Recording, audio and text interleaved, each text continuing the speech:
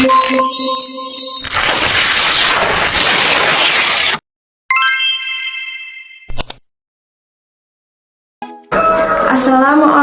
warahmatullahi wabarakatuh.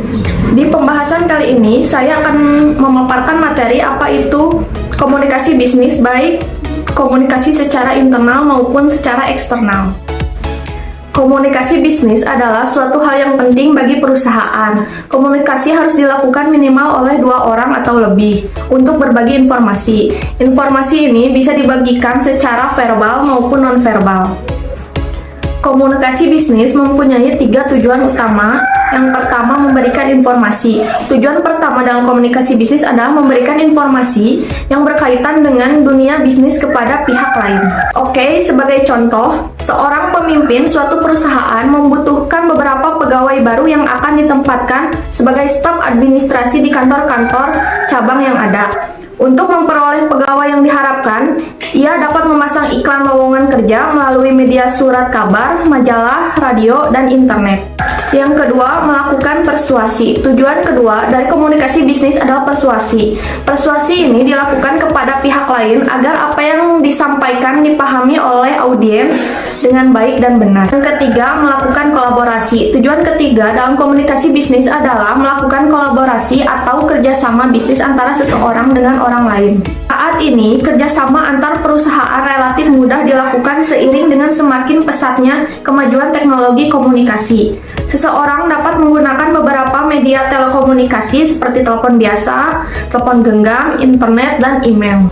Oke, selanjutnya kita lanjut ke pembahasan komunikasi internal dan komunikasi eksternal. Komunikasi internal adalah komunikasi yang terjadi dan dilakukan oleh pihak internal di dalam sebuah perusahaan. Komunikasi internal sangat berperan penting dalam proses penyebaran informasi dalam organisasi, di mana informasi merupakan aspek krusial yang harus ada dalam organisasi. Komunikasi internal terdiri dari 2 jenis, yaitu komunikasi personal dan komunikasi kelompok. Komunikasi personal terjadi dalam level personal dan terdiri dari 2 orang dalam organisasi. Sedangkan komunikasi kelompok terjadi antara satu kelompok dengan kelompok lainnya.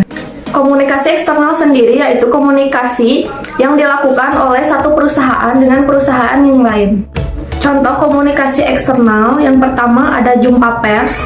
Umumnya perusahaan mengadakan jumpa pers dengan berbagai tujuan, mulai dari menginformasikan suatu hal hingga mengenalkan produk, merek, atau layanan kepada publik. Yang kedua ada pameran.